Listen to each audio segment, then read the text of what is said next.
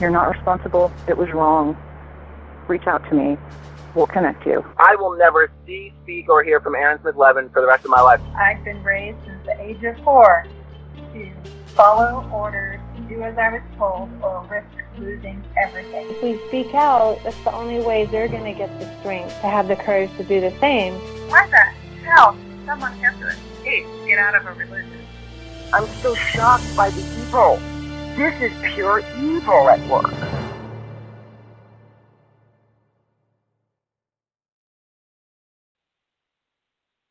Hello and welcome to Come Get Some Extra Scientology edition. This is going to be part 2 with Dani Ballou. I'm sorry it's late. If the sound sounds a little weird and awkward, I'm in a big open room on my laptop and headphones doing a break at my work right now just so I can get this out for you guys tonight. It's a little bit late.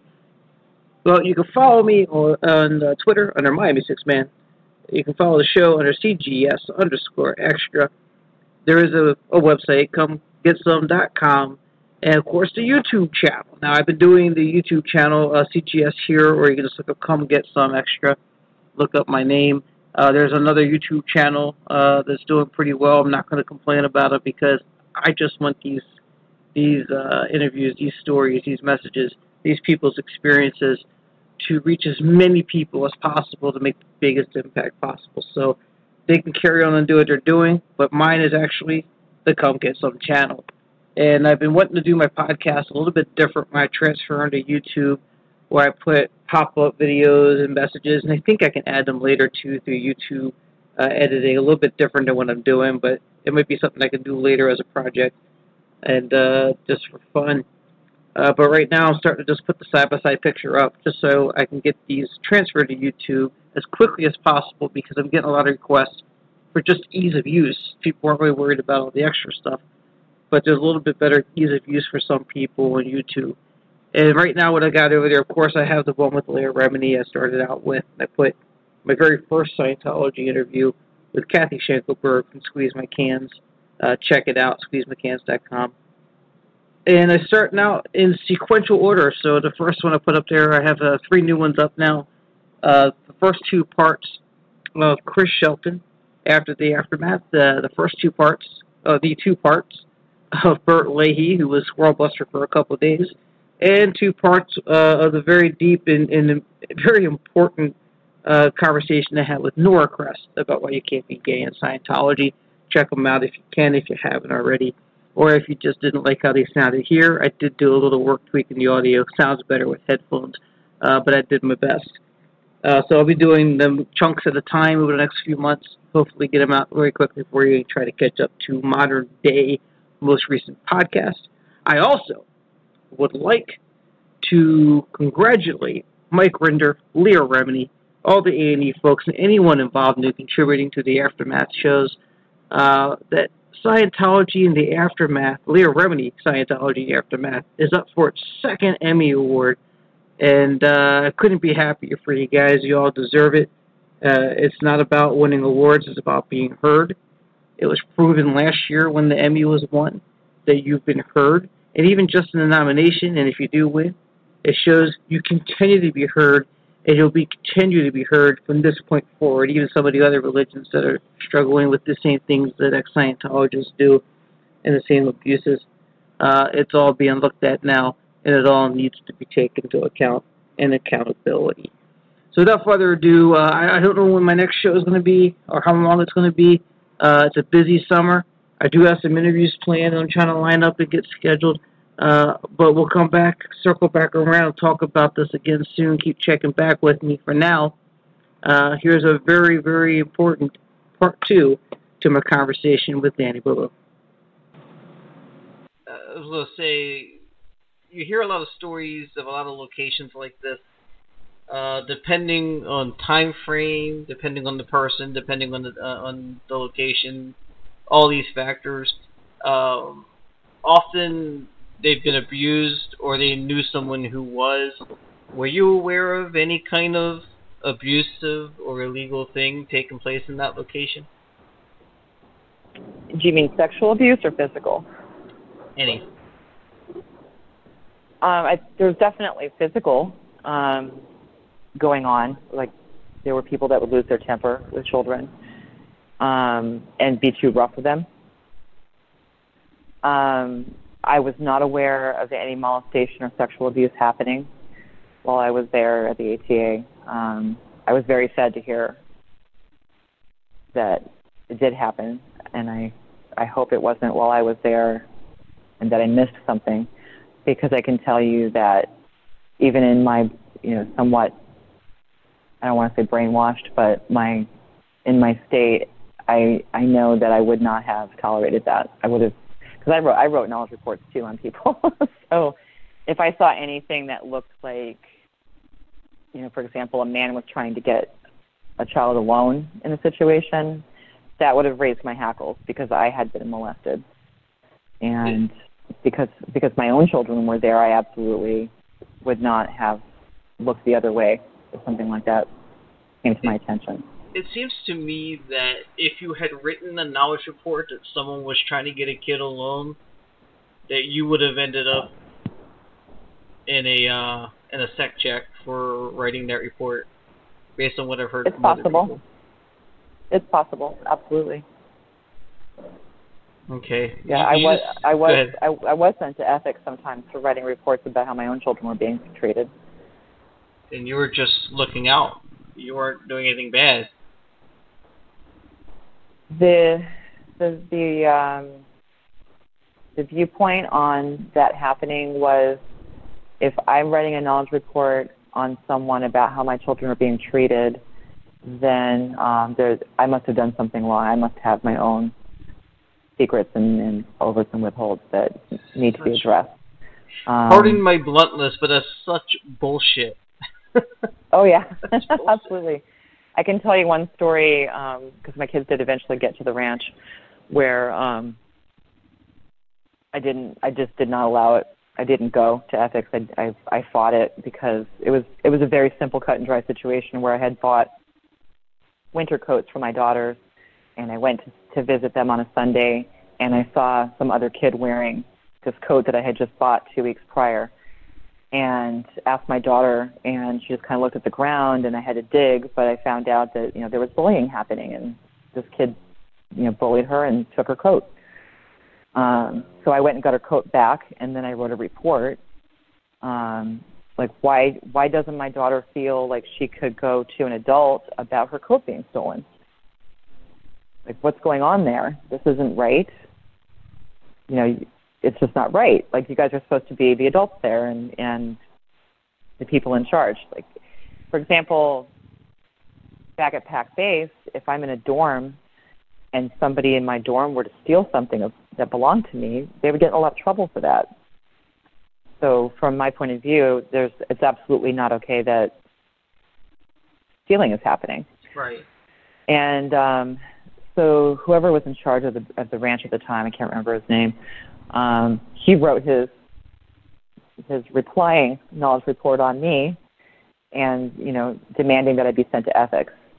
And I fought it. I was like, no, this is ridiculous. You can't just point the finger back at me. This is a really simple situation. Right.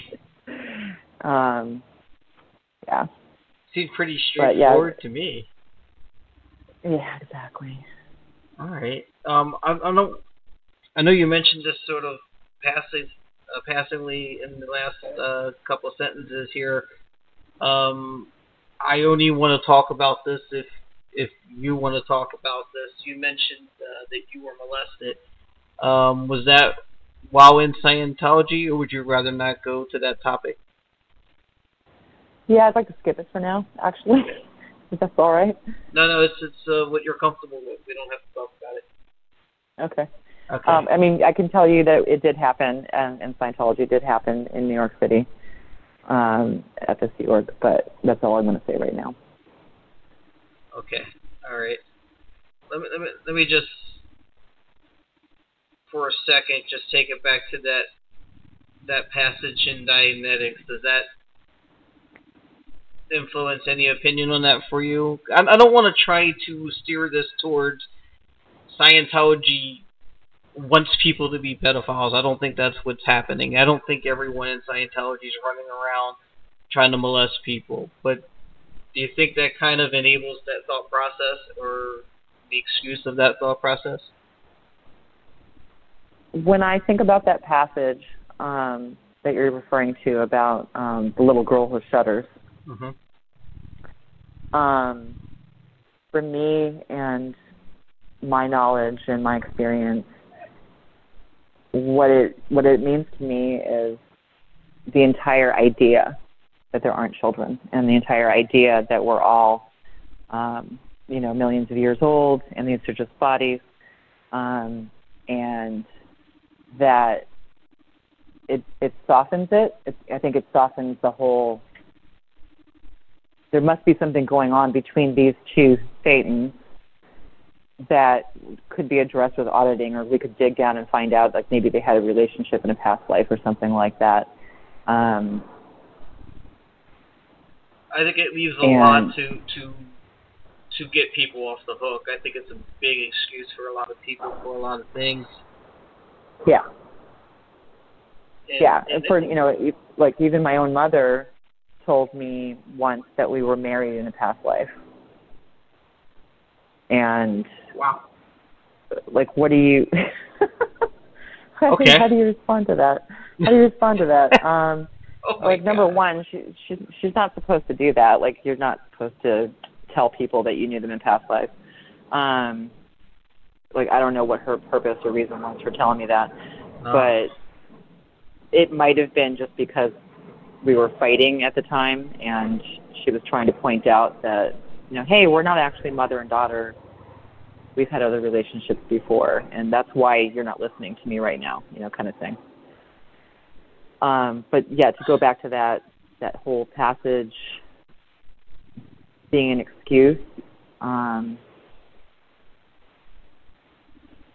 I was never in a situation where I felt like somebody was using it as an excuse, but I was in situations where I felt like it was an explanation. Right. Like a Scientology Dianetics explanation of why this possibly happened. And again, human emotion and reaction is a negative. So to express as a kid that you feel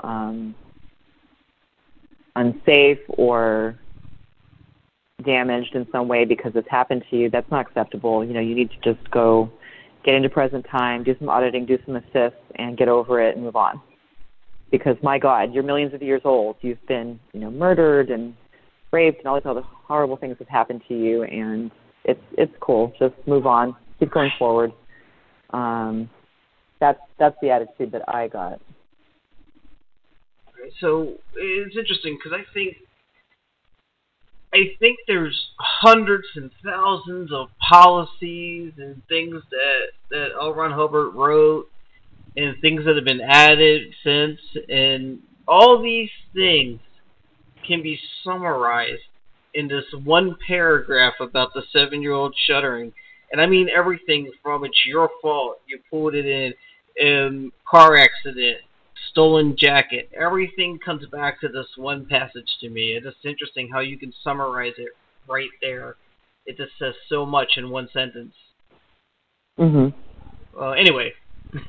Wow. Okay. Let's get back to ATA. So did this come to a head? Did you have to leave because of the conflict over how you were being called mom, or what happened there? I certainly wasn't popular because of that with a couple of people. I enjoyed the favor, for lack of a better way of describing it, of the CEO, the commanding officer. At that time, we were friends, and sorry, I'm trying to think of the best way to describe this. I'm trying not to get into too long of a story about it, but a little boy was very badly injured. He was the roof of the ATA was flat, and balls and toys would get stuck up there. So some of the kids would go up on the roof to get a ball down or whatever. And this kid tried to jump from the roof to the tree and missed and was badly hurt. So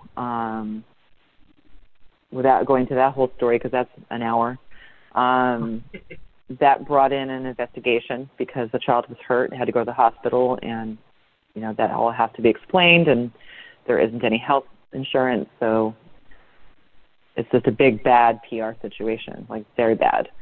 So there was an investigation, and when there's an investigation, everybody is scrutinized under the microscope and have to get on the e-meter. And so the CO, the commanding officer, was removed from her post for reasons I won't get into right now. And everybody was, like I said, scrutinized. So in my life history, when I joined the Sea Org, I had written down accurately that I had once had an abortion. And that was used against me, and I was removed because of that. Wow. Because that is considered a crime on the second dynamic. And I was like, this isn't funny. It's the... No, it is. It's ridiculous. I was completely floored and hysterically crying, like, I don't understand. You knew this when you let me have this job, and I have 4 children. Clearly, I love children, but there was no getting around it. I was out of there. So then that put me into a new situation where I wasn't seeing my children all day, every day, that I had to adjust to. And that would probably be the time that my own children feel was the darkest for them there. Were they treated differently because of what happened with you?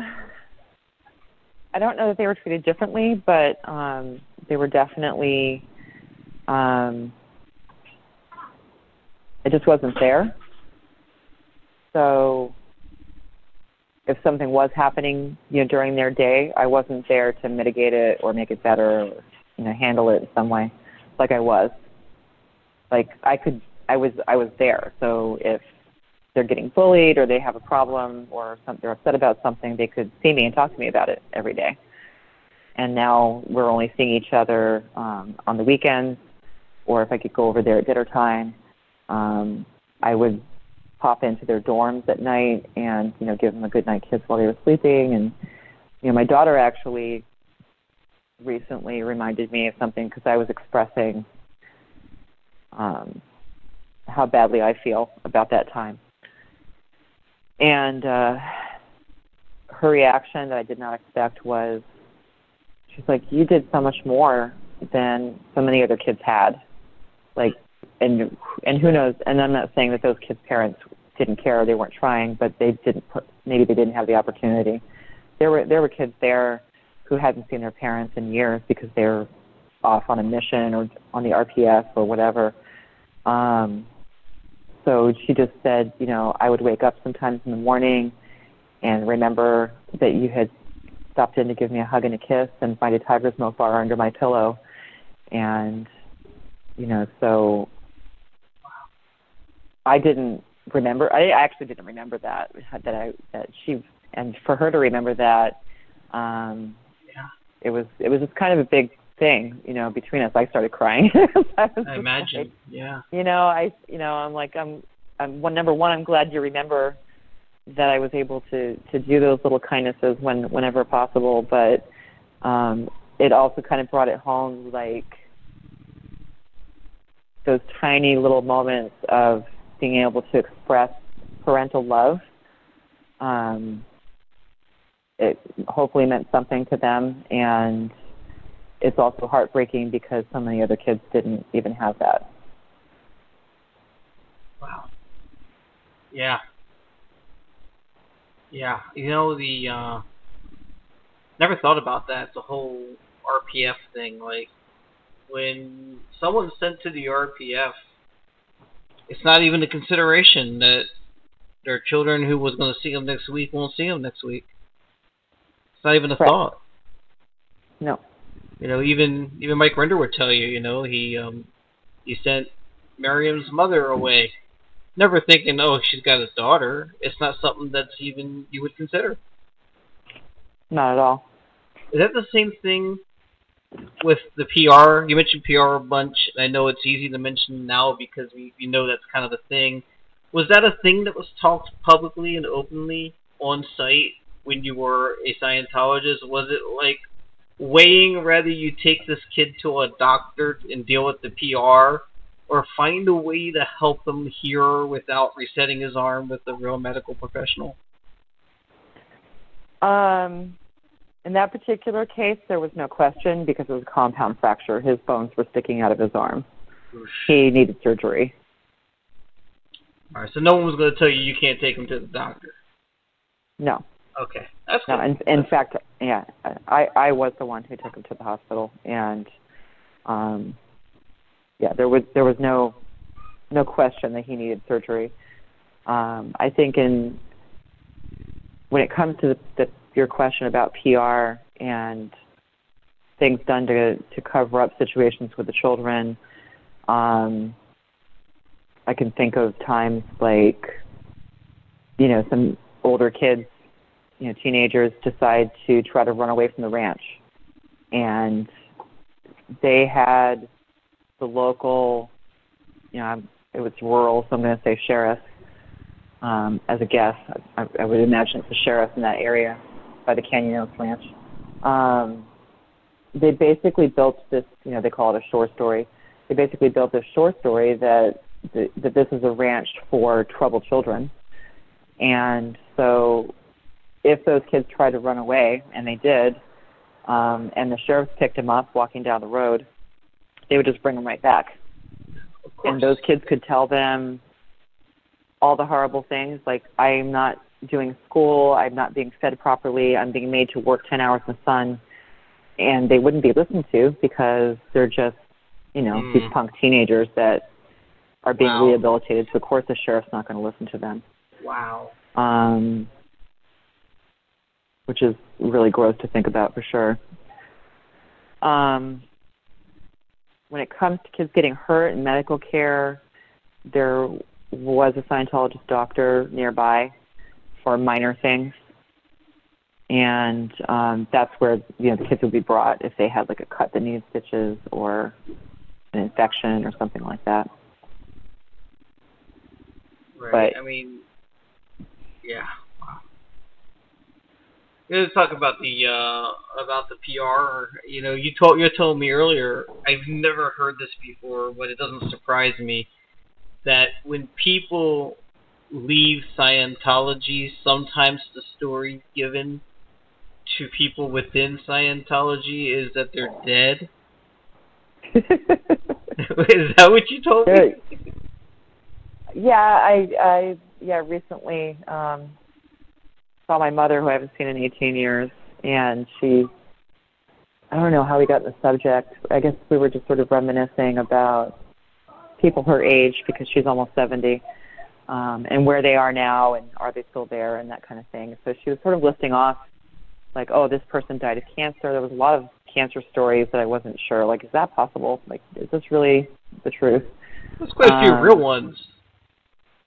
Yeah, and so she mentioned this man's name that I won't name him, but he's someone that I recently read a post online, so he's very much alive, and her story was, oh yeah, he went gay, got AIDS, and died. And I'm just looking at her blinking, and I'm thinking, do I tell her that he's not dead? I'm like, no, I'm just going to keep going with this. I'm like, just kept listing off people. What about this person? What about that person? Are they still around? And that one was the best. That was he went gay, got AIDS, and died. That statement sounds like something like a time machine back to the 80s. Like, the assumption is, oh, he went gay and got the AIDS. Exactly. Yeah. Exactly. That's how that happens. So I have to believe that what actually happened is that because he was a very well-respected field member for many years, that because he left, in whatever capacity he left, and I don't know his story, that's the story, that's the rumor, that went around to explain his absence. So, do you think there's a psychology to the way that story's told? Because she's most likely paraphrasing similar something she was told was, oh, well, this guy went into homosexuality, and you know what happens when you do homosexual things? You become AIDS infected, and you die. Yeah. Oh, no. My mother's full of these kinds of stories. There's people that, you've probably heard frequently this when people are trying to be talked into staying.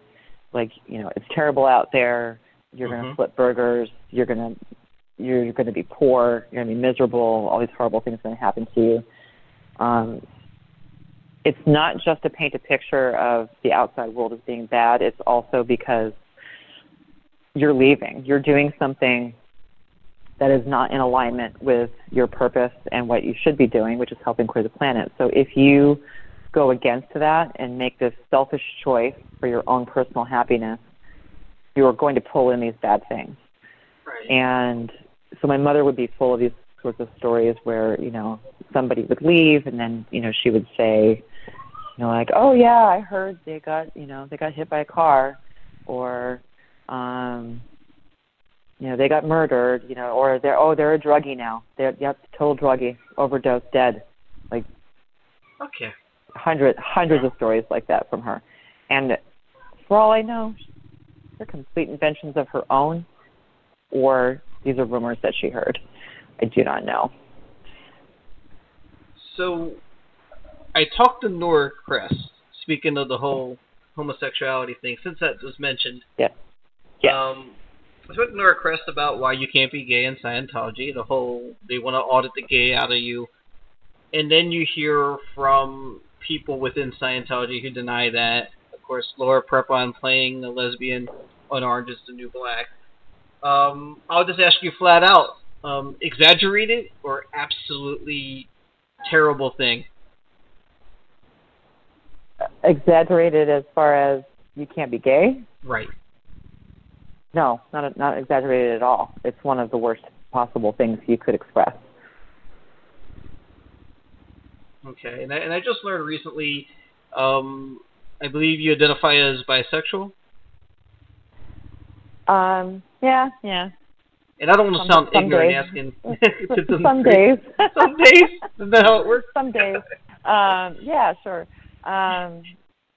Yeah, I mean, obviously I have children and I've been married, so I have to say, like, somewhere on the scale is bisexual, but I would probably call myself a lesbian. So was any of that heterosexual history, pardon me if this sounds ignorant, was any of that heterosexual activity influenced by the fact that you felt wrong not doing it that way?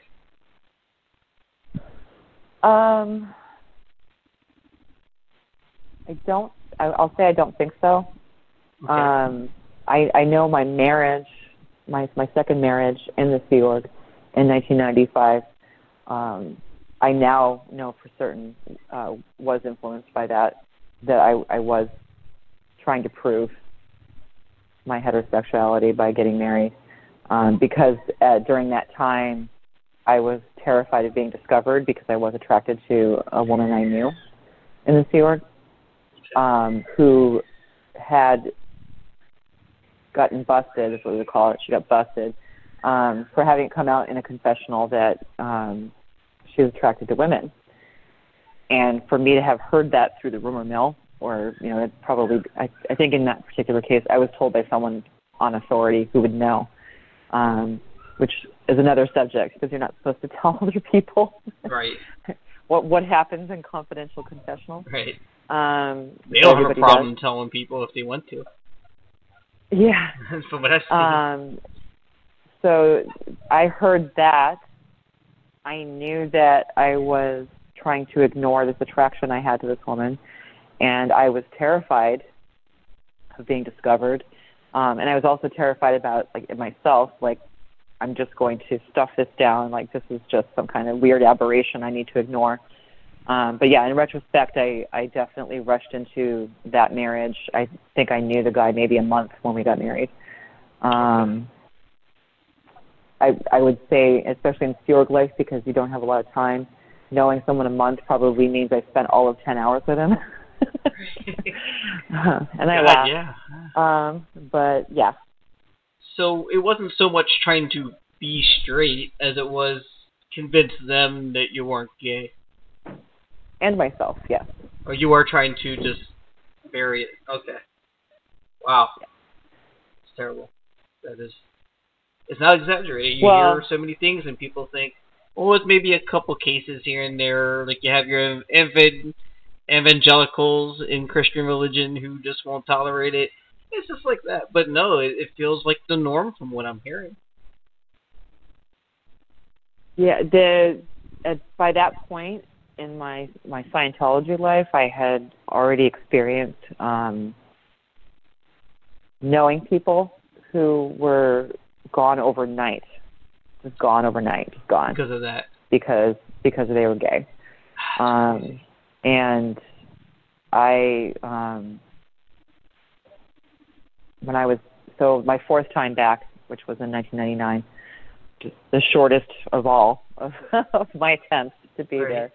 I was in a situation with a young boy, I would say he was 16, who had joined the Sea Org, and because you have to write up your whole sexual history, and in very great detail. And he had written in his sexual history about having sort of fooled around with another boy, and was immediately told, you can't be here. We're sending you back to your parents. Wow. And his reaction was that he was suicidal. And I spent the next 48 hours on watch with him, and just walking with him and talking and listening. And as I was talking to him about why he still has value as a human being, and please don't kill yourself, and so you can't be in the Sea Org, there are other things you could do, it kind of made me think about myself, like I was talking to myself, like, you're telling this person that he shouldn't kill himself because he might be gay, I don't know, he may have just been experimenting. It doesn't matter to me either way. So in that moment, I started thinking about myself in that same context. And, but yeah, I mean, there weren't a whole lot of people besides me that even cared to address it and talk to him, like talk him down. They were only focused on how do we get him out of here and how do we get him back home and away from us, because he's disgusting and aberrated and he can't be here. PR nightmare too. Oh, if he were to attempt suicide? Right. Yeah. Yeah, and I've seen over the years at Pac Base at least 3 people perched on the roof that thankfully I didn't see anybody jump, but 3 separate times that somebody was on the roof trying to jump.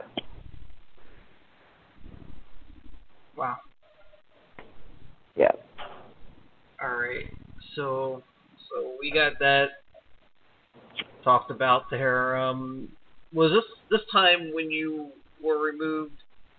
Because, and I want people to realize what they've been listening to in this interview, during the course of this interview, is a woman who knew a friend whose wife was coerced into abortion to stay in the Sea Org, in the elite, and found out because she had an abortion she was being told to go away.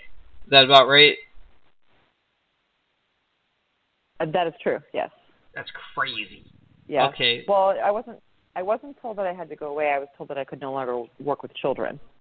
Okay. I was given a different job in a different organization. What does the abortion have to do with taking care of children 6 to 10 years old? It would be in the same category as being gay. because it's an aberration. It's a crime against second dynamic. It's a crime against survival of normal, correct family. All right. The contradictions are maddening. Go ahead. What happened next? What happened next? Right. As far, I was put into another organization, you mean? Right. So I was doing that other job, and I got married and plugged along for maybe another 9 months, and didn't like what was happening with my children, and decided to leave. And because at that point, I believe at that point, my sons were at the ranch, and my daughters were still at the ATA. So now my 4 children are not together. The boys are at the ranch, the girls are at the ATA. And I'm trying to think of how to put this. Because I knew I wanted to leave, and my children, I can't really talk to them about it, because I don't know if one of them would go run and tell someone. Right. And there's definitely a precedent that I had seen where if a child is a cadet and on that precipice of being like 12, 13 years old, had a parent that left the Sea Org, they would do whatever they could to keep that child by way of helping them emancipate or give them a different guardian. So it could get very messy, and I didn't want it to get messy. So I just I basically created a false out PR situation with my father, with their grandfather, saying that they hadn't seen their grandparents for a couple of years. They need to go visit, and he would pay for the plane tickets. And so I had to go on a campaign to get permission to let my children go visit their grandparents, because that's not my decision. That's their decision to let my kids go. Crazy. on a vacation. How do you not get to decide that? What's that? How do you not get to make that decision? Because I'm not in charge of them. They have their own seniors, their own, like, they're not, how do I put this? There isn't really a sane way to describe it, because it's not sane, but... Right, because you no longer are their parent in a way. In a way, their parent is the people at the ranch and the ATA. Well, yeah, I mean, that's our word parent. Their word would be, they're Sea Org members too, and, you know, where they go, when they go, is not up to me. It's up to their senior, the people that are in charge of them. You kind of sign them over? What's that? You kind of sign them over? Sign over responsibility? There's no signing, but they're there to be groomed as future Sea Org members. They're cadets, so because they're young adults, they're adults in little bodies. They're self-sufficient. They're Sea Org members first. My children second, maybe third, fourth. So, for example, I could get a day off and want to spend a day with my children and, you know, go take them to the movies or something like that. But if they're not given permission by their senior to have the day off, then that's not going to happen. Okay. It's not up to me. So I was able to get permission for them to go fly to, you know, back east to see their grandparents, and but I had secretly arranged with my father, like he knew that I was leaving, and because I had to produce copies of round-trip plane tickets in order to get this approval, he had to purchase 4 round-trip tickets, knowing that we weren't going to use the return flight. That's how awesome my dad was. He's passed now, but I was lucky before he passed to have really good conversations with him and express to him how amazing he was, that he just, every time we needed him, he was there. Good man. And the amazing hope and patience and tolerance he must have had throughout my life when I was choosing to go back, several times, and bring his grandchildren with me, completely against his wishes and advice. So anyway, he did that for us, and I waited until they were safely back there to announce that I wanted to leave. Wow. Okay. So this wasn't easy to get them out of there, huh? No, it was a plan. It was a great plan. And then the months went on with me trying to leave the correct way and do my routing out process of getting my confessionals, my sex checks done. And eventually the summer went by, and my father had purchased tickets for my husband and I, because we were leaving together, to come back as well. And he had to keep changing the tickets because we weren't allowed to leave yet. And finally he said, I'm not changing the tickets again. It's almost time for the kids to start school. You have to get here. So we just ended up walking off and going to the airport. Wow. You hear about people having to escape from the int base and, sometimes the Sea Org, but did you have to basically sneak your kids out of the ATA into the ranch? That's amazing. Yeah, and I say we just walked off. I mean, it wasn't quite that simple. It was completely terrifying because when you're in that situation, there are certain things you could do or say that will get you put under watch, and you will literally be in a room that you can't get out of 24/7. So having, grown up in it and knowing the ropes, I knew how to establish trust and portray myself as not being a flight risk, basically. Right.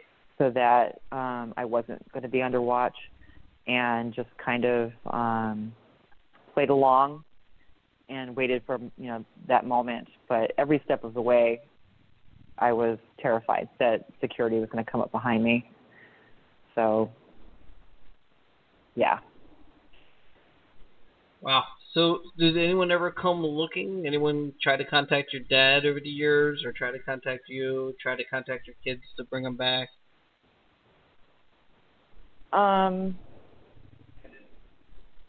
That particular time, because I left the way that I did, and I didn't want to leave that way, and I did want to be in good standing. I just did a whole big write-up of why I did it and why I was sorry that I did it that way and all that kind of thing, and I was not declared. Typically, if you blow, you're going to get declared. Right. So, and my mother may have had some influence on me not being declared. But my mindset at that time was still very much desperate to stay in good standing, desperate not to jeopardize my eternity and my chance at going up the bridge. So I did everything I could to appeal to people to not declare me and to be forgiving and understanding. So, and I think there might have been an element of, well, there's four children that they didn't have to feed anymore. Right. Not quite the same, as a C word. So maybe I wasn't, I wasn't like some big time executive or some super valuable person. I don't think that made my leaving such a big loss for them. And that's part of why it wasn't a big deal. Okay. Now, you've informed me, as of this recording, that you found out you were not a declared person. You have not been declared SP. According to my mother, as of this moment, no, I have not been. But you are now faced with a situation, because I don't think you've been very outspoken previously, right? No, I mean I've been online in the Aftermath group, Leah Remini's Aftermath group on Facebook, and made comments on blogs and things like that. But I haven't done my own blog or published my story or anything like that. Okay, but you do realize you're in a situation where by speaking out, there may come a time sooner than later that you do get declared, and it may affect some personal relationships. So why are you speaking out today? Why is this important to you, other than, I guess, the obvious?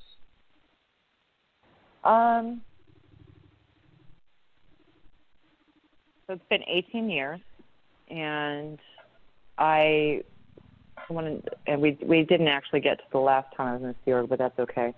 I left for good in 2000, and at that time my children were teenagers, and my complete focus was rehabilitation, like saving our relationship and giving them a normal childhood, quote unquote, for what childhood they had left. Right. And I was really scared all the time that somebody was going to find their way into their life, or they were going to find their way back. Because I still wasn't sure if any of them still believed and wanted to be there. So I just kind of kept my head down and, built my career. Kids all graduated high school, thank goodness.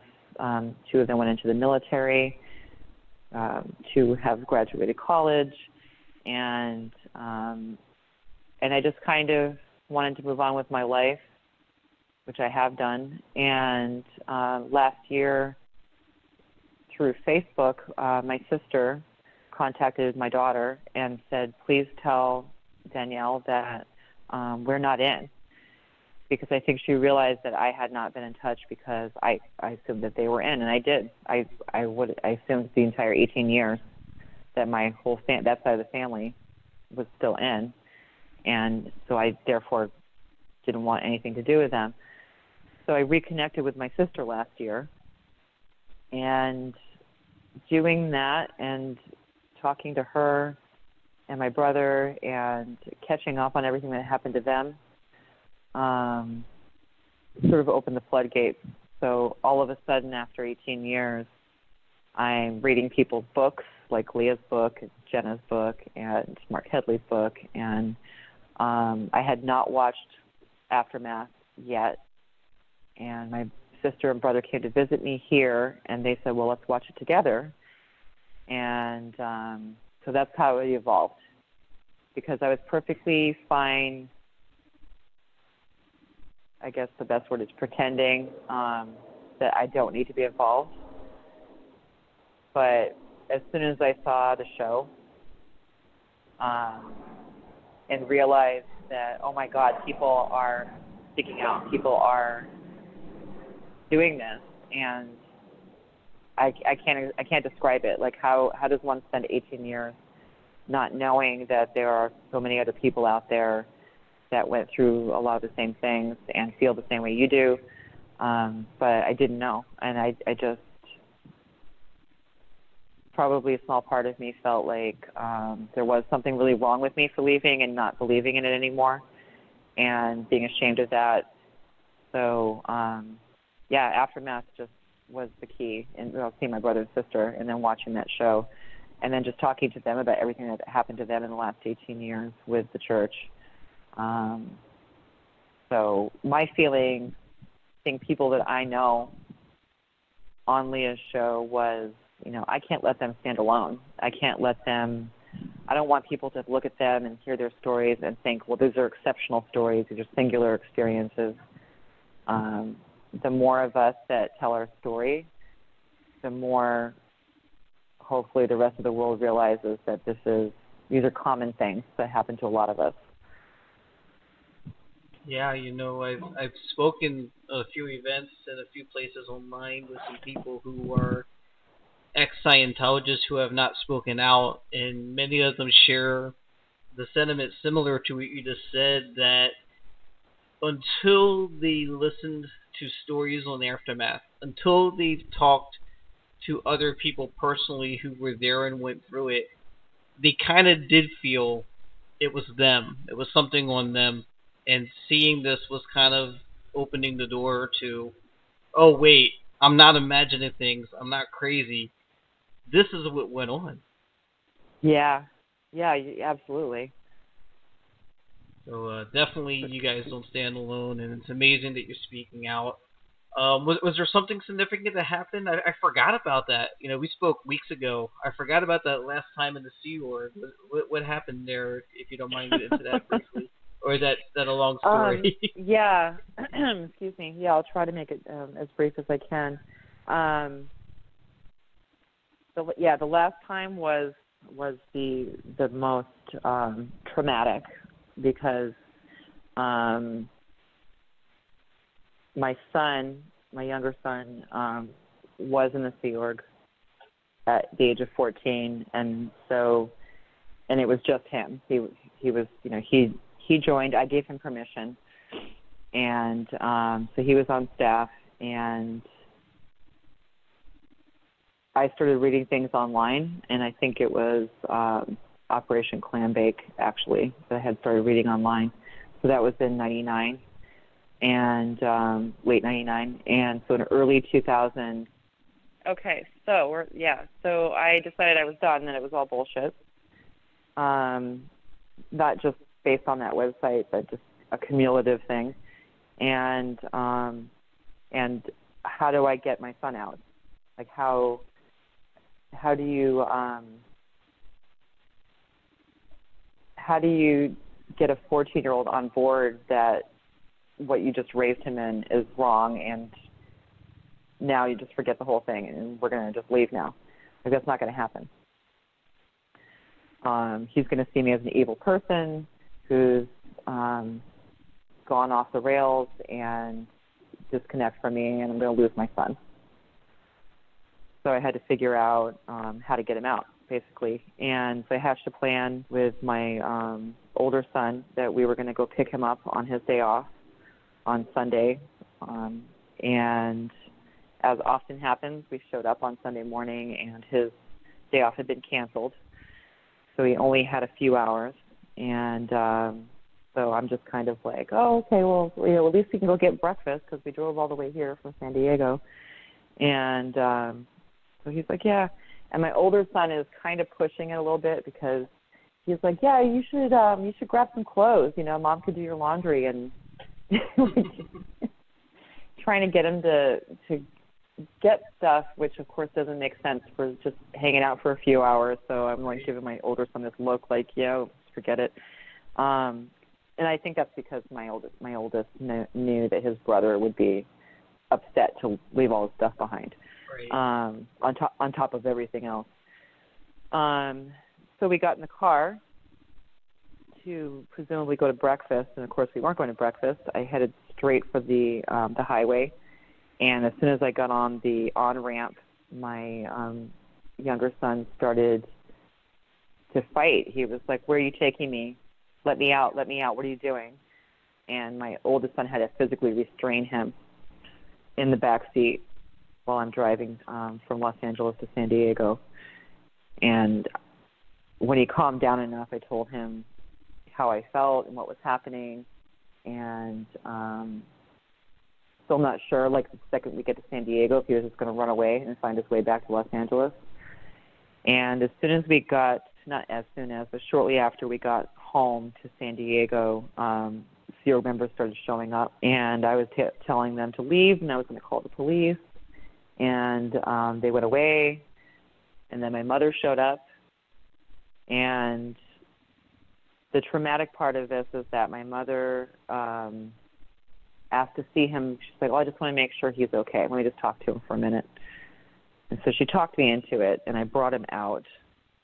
And the first thing she said to him was, "Just find your way out of here. We'll get you emancipated. I'll be your guardian." And so then I started screaming at her, like, "Get off the property. I'm calling the cops." And it was just this really horrible horrible situation. Wow.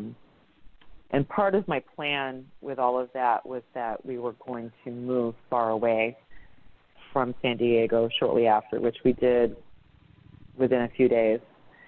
And as soon as we got to the new house, they showed up there as well. Oh my God. And I took very careful steps to not have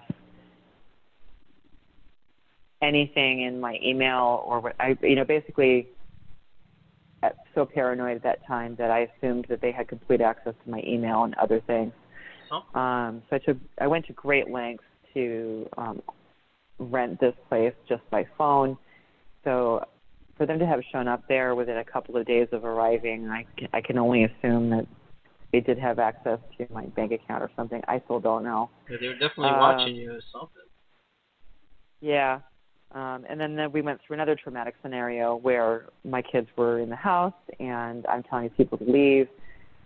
She stuck her foot in the door when I tried to close it. And, so I basically said, you need to, if you don't move your fucking foot, I'm going to break it and get off the property. And the sheriffs are on the way.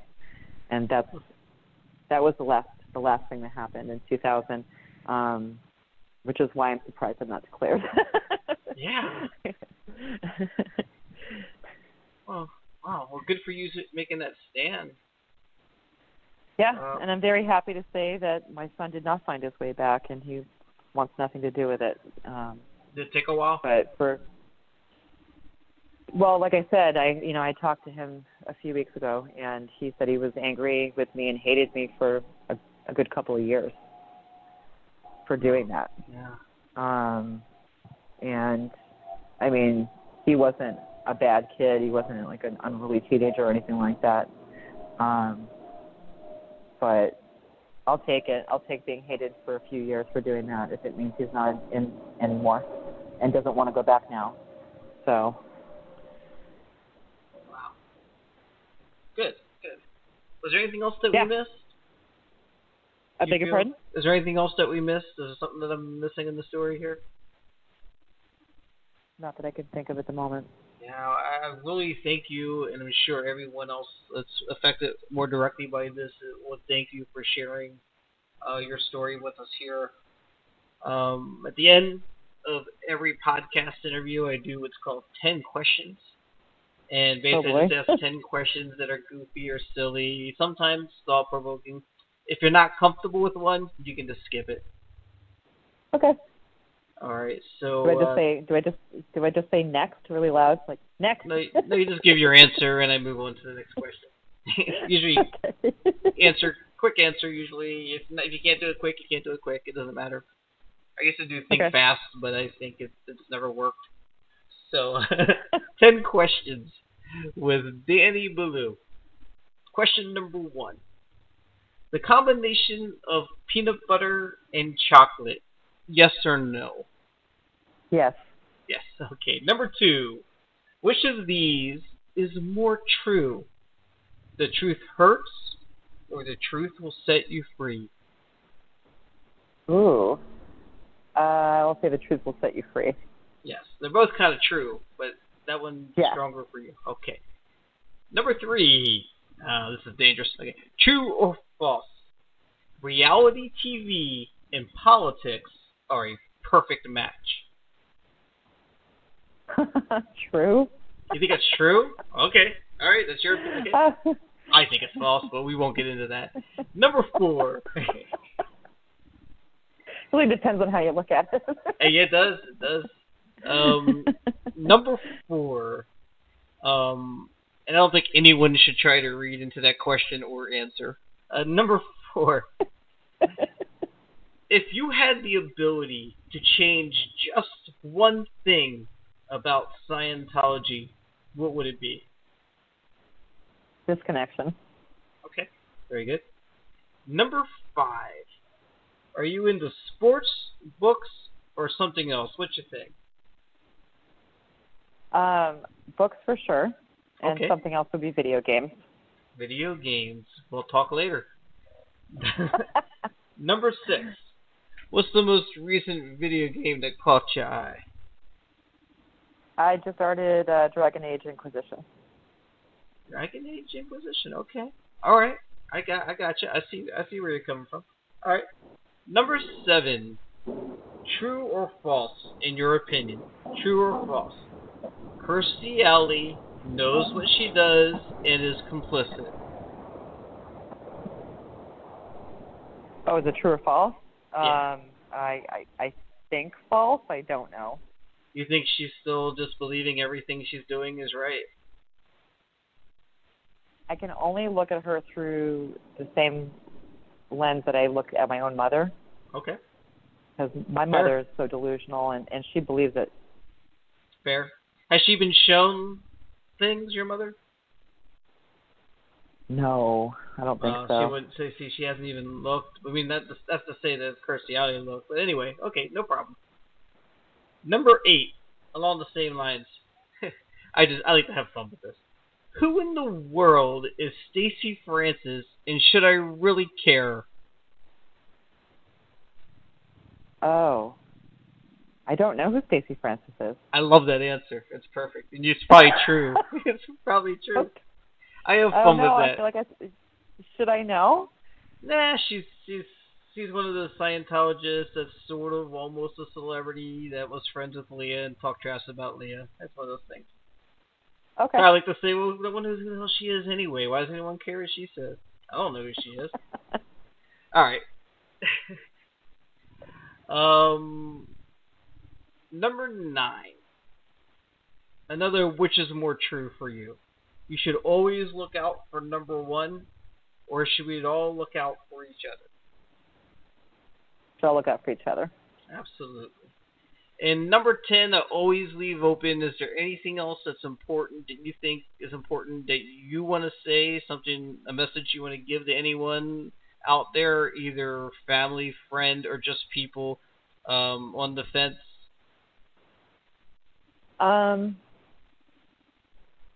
I guess I want to say that I'm always thinking of other people and their children who have not been as lucky as I've been and are disconnected from their children, because I guess what I'm trying to say is I don't wallow in the might have been, could have been with my own children. I will always have tons of guilt and regret, but I know that I'm lucky to have them.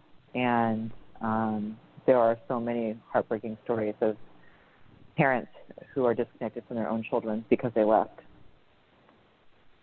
Yeah, and I want to say, just from the aspect of people on the fence, like I just recently did a conversation with Elizabeth Gale about how scary it is to leave Scientology, to leave that security blanket, or that false sense of security blanket, and that Yep. Good things do happen. And if you're ever worried about how you're going to be received, regardless of anything you might have said or done within, your father's a perfect example. People are waiting to help and will welcome you with open arms when you leave. I think that's an important message. Absolutely. That even your story tells there. Absolutely. All right. Yeah. There's a whole army of people waiting to help. Absolutely. Well, I am so glad that you decided to come on my show. I'm proud to know you, proud to have you on and talk to you. Yeah, thank you very much. I enjoyed most of it. Most of it. I'm sorry. Some of it's impossible to enjoy. Exactly. All right. Well, I'm sorry. Go ahead. I was just saying I appreciate it. I appreciate the opportunity. Absolutely. Well, you take care, and thanks again. You too. You have been listening to Come Get Some Extra on Blog Talk Radio, iTunes, YouTube, and many other streaming services where available. As always, stay connected, and that about sums it up.